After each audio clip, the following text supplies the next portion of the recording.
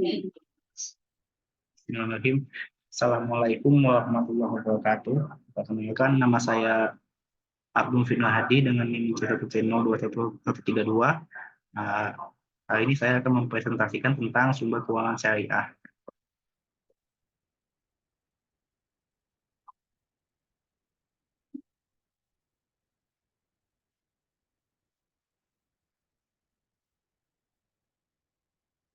Nah, Adapun materi pertama yaitu konsep memelihara harta kekayaan.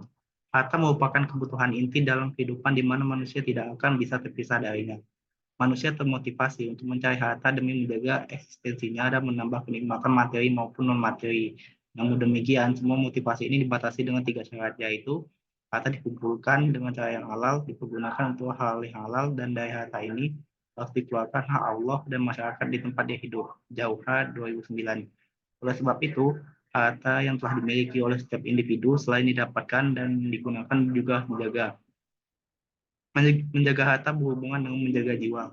Karena karena harta akan menjaga jiwa agar jauh dari bencana dan mengupayakan penggunaan kehormatan jiwa tersebut. Konsep harta dalam ekonomi Islam saat ini adalah hal yang sangat penting. Harta dalam pandangan Islam memiliki kedudukan yang penting.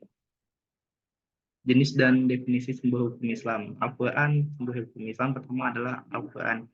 Al-Quran ialah kalamullah, Quran surat An-Najm ayat 4 dalam bahasa Arab sebagai sebuah mukjizat yang diturunkan kepada Nabi Muhammad SAW melalui utusan Allah malaikat Jibril alaihi salam untuk digunakan sebagai pedoman hidup bagi manusia dalam menggapai kebahagiaan hidup di dunia dan di akhirat.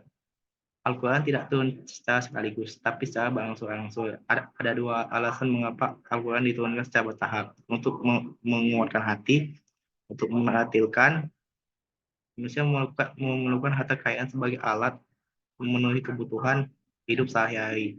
Maksud memenuhi sebagian perintah Allah seperti infak, zakat, pergi haji, perang jihad, dan sebagainya.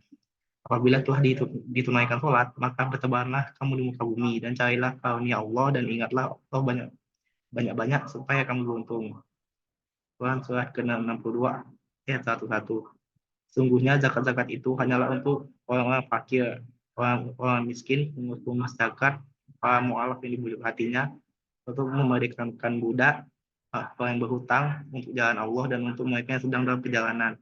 Sebagai suatu ketetapan yang diwajibkan Allah, dan Allah maha mengetahui lagi maha bijaksana.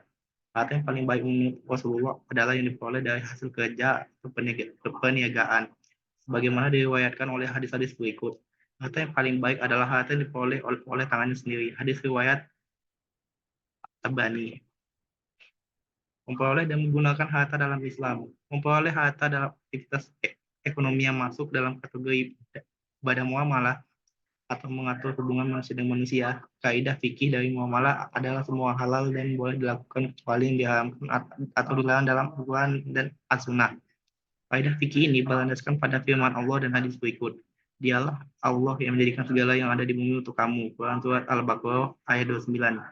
Dan dia menundukkan untukmu apa yang ada di langit dan apa uang ada di bumi untukmu semuanya sebagai rahmat darinya. Sungguh dalam hal yang demikian itu benar-benar terdapat tanda-tanda kebesaran Allah bagi orang-orang yang berpikir. Quran surat Jasiyah ayat 13. Jadi hukum dasar muamalah adalah boleh.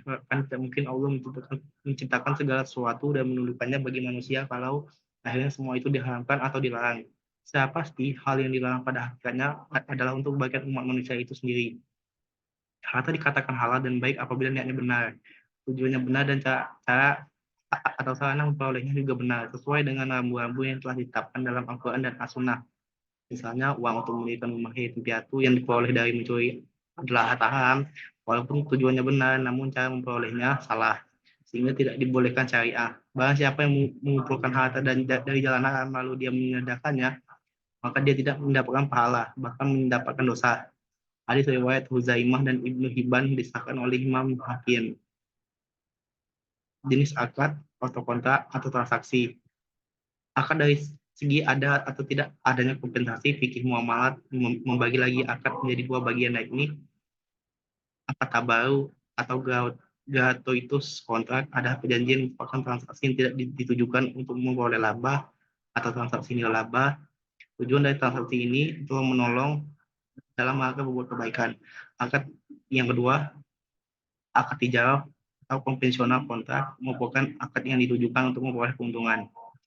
Adapun transaksi yang dilarang yaitu hal-hal yang termasuk transaksi yang dilarang adalah sebagai berikut. Yang semua aktivitas bisnis terkait dengan barang dan jasa yang diharamkan Allah, riba, penipuan, perjudian, qor, ihtikar, monopoli, bai an-najisi, suat, ta'aluk, bai alinah, talaki, aluban. Riba dan jenis riba. Riba bahasa dari bahasa Arab yang berarti tambahan atau al-ziyadah, berkembang, an-numu, meningkat, al-irtifah, dan membesar atau al-ulu. Imam Saharsi mendefinisikan riba sebagai tambahan yang disyaratkan dalam transaksi bisnis tanpa adanya iwat atau padanan yang dibenarkan syariah atas penambahan tersebut. Yang pertama, riba nasiah. Riba nasiah adalah riba yang muncul karena utang piutang. Riba nasiah dapat terjadi dalam segala jenis transaksi kredit atau utang piutang di mana suatu pihak harus membayar lebih besar dari pokok pinjamannya.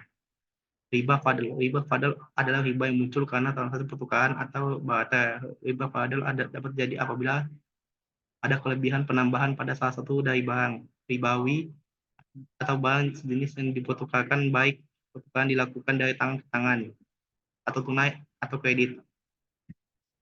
Prinsip sistem keuangan syariah. Berikut ini adalah prinsip sistem keuangan Islam sebagian diatur oleh Al-Quran dan As-Sunnah. Yang pertama, pelarangan riba, pembagian risiko, menganggap uang sebagai modal potensial. 4, larangan melakukan kegiatan spekulatif. 5, kesucian kontrak. Yang keenam, aktivitas usaha harus sesuai syariah.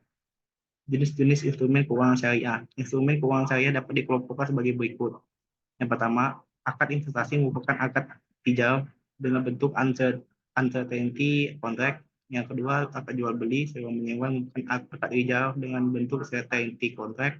Akad lainnya meliputi sebagai berikut: sar, wadiah, qardul hasan, al-wakalah, kafalah, hiwalah, ron. Kesimpulan, sistem keuangan Islam dilakukan dengan memenuhi maqasidus syariah bagian melihara harta. Dalam menjalankan sistem keuangan Islam, faktor yang paling utama adalah adanya akad kontrak transaksi yang sesuai dengan syariat Islam. Baik, cukup sekian. Terima kasih. Assalamualaikum warahmatullahi wabarakatuh.